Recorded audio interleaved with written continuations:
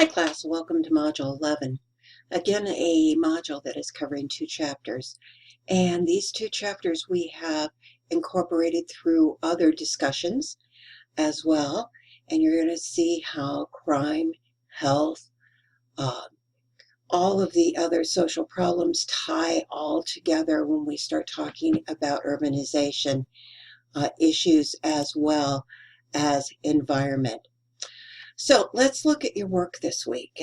Just shortly here, you have the two PowerPoints available to you. Again, those are just pretty much reviews of the chapter as you're reading them and just give you that background and then your module discussion. And this is Module 11 as you start examining what's going on. I've reduced a great deal of work in this because you've only got 2 days to look at it. And I'm not going to spend a great deal of time on the PowerPoints either for you. I think both of these movies tie together after you've read the chapters to look at the issues. The first video is on Housing America and looks at multiple cities that face urban issues that come into place and at the multiple levels. The increase of crime in certain areas, the decrease of crime, the transportation issues. The second video is a video made by MSNBC called Trash Incorporated, The Secret Life of Garbage. And it is one of those many pieces of the environment to consider. And the great thing about both of these videos is that they're working towards solutions as they start to explore things. So let's look quickly at your PowerPoints. Information here, and that some of the big issues that urban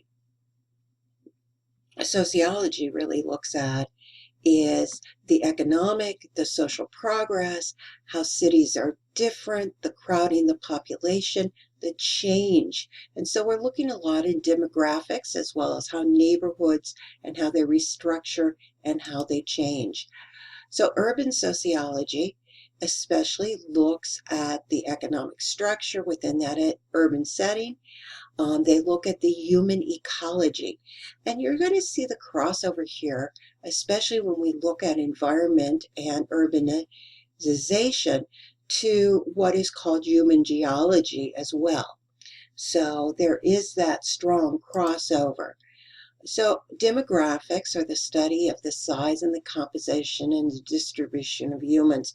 And there's no question that society has greatly changed. And part of that is due to those work issues that we talked about all the way back in Chapter 9 of the changing environment from the farm to the city, the change of the world to suburban versus urban, and then back to the urban that we're changing to today. And again, your videos will deal a great deal with that.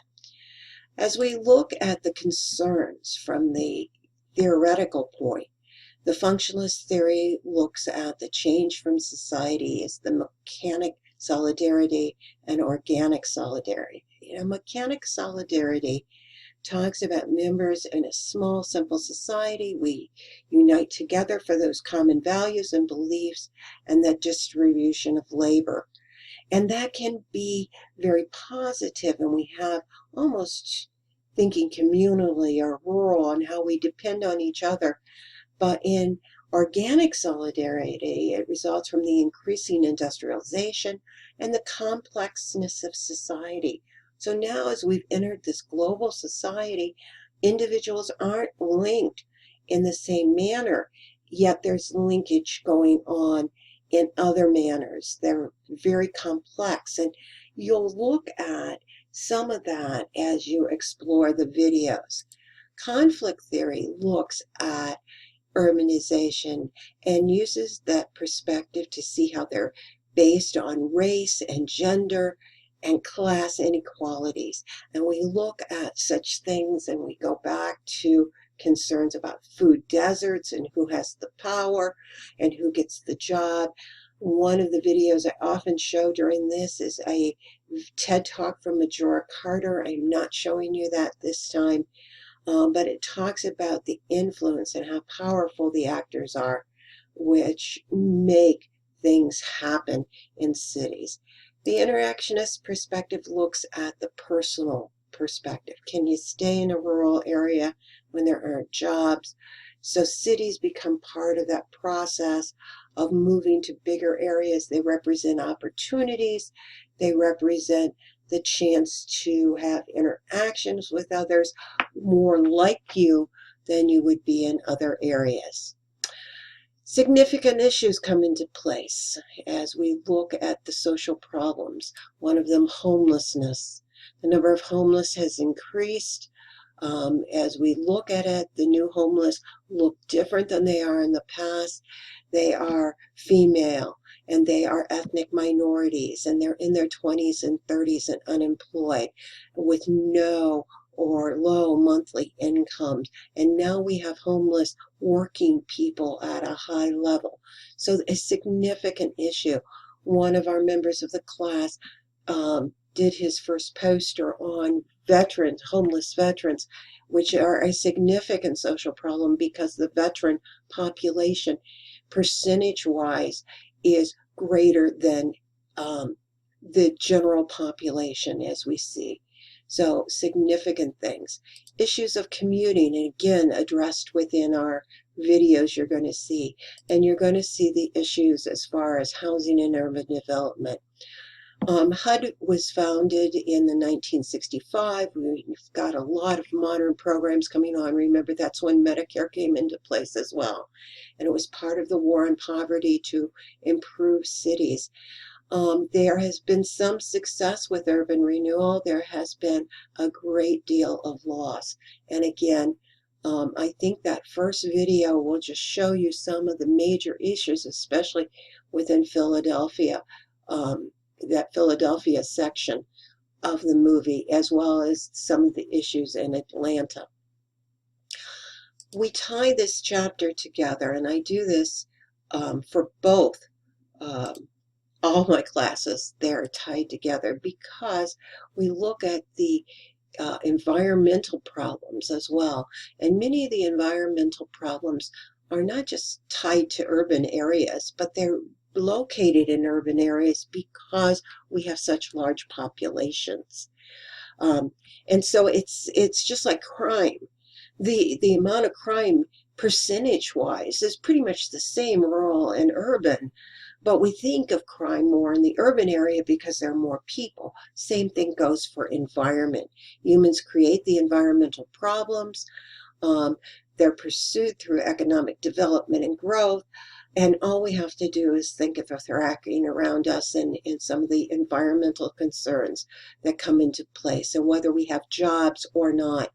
Here we stand on a very interesting time when our president has refused to move forward with the Paris Accord, which is a worldwide agreement to try to bring environmental problems under control and to be more efficient energy rise. So there's a lot of concerns coming into place as we look at this. So the functionalist theory here examines the ecosystem, examines the entire system and all its components, and would argue that environmental problems develop from the system itself. So agriculture replaced in the system, the natural systems, that simpler ones cause less problems. Now we've got this mass amount of large industry farming, and we want the best within that product, and we saw this within the chicken industry, especially where we increased keeping those chickens alive, and every chicken was fed antibiotics, and now we affect the population, and we can see the antibiotics entering our water system, and the water being ingested, and therefore and the drugs being ingested, and therefore we see the developmental difference in children, and we see the health problems. All of this working back and forth. Conflict perspective discusses the discourse of the environmental problem, often frames in the cost and interest. Who has the power here?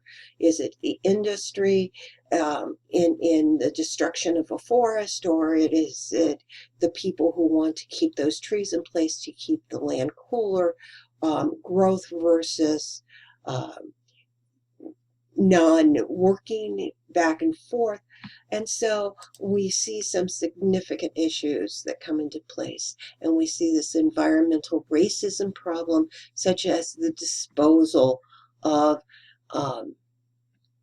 radioactive waste on the poorest properties in the United States. And you're going to see that as well in Trash Incorporated as we look at those poor areas taking in trash from major urban areas. But we know that a significant amount of that radioactive waste is buried in the poorest of our Native American lands. Interactionist is what comes into place and what affects us as the individual. It studies the environmental problems are created and defined or socially constructed, what's important in that, and the effect that they have, and who has the authority. It frames it. It looks at what's going on in the visual, the economic incentives for taking a positive action. We'll be talking about positive actions in the next video, which is our wrap-up. I made a mistake in the previous module saying that you only had one more. You have a quick little finish and wrap-up of the course as you start looking at. But we'll talk about why environmental activism is very important. So what are the issues for us within environment? Air quality. And we look at cities like Atlanta in that video. They're talking about air quality. Atlanta is one of those cities that has more ozone days, where people are advised not to leave their home because of health hazards than any other cities, than some of the other cities. The other cities that have high levels are, of course, LA. We see that in place. And then we see the global issues. And so we see cities like Shanghai, Beijing, with some very, very high air quality issues. We have the concern about how there's waste sites and water quality. There's an amazing video on Films on Demand on water quality, the issues that affect our water, but our trash video does cover that a little. With that, you have so much to think about as you look at these chapters. I'm hoping that you'll explore it at this deeper level, and I look forward to your discussion board. Have a great day.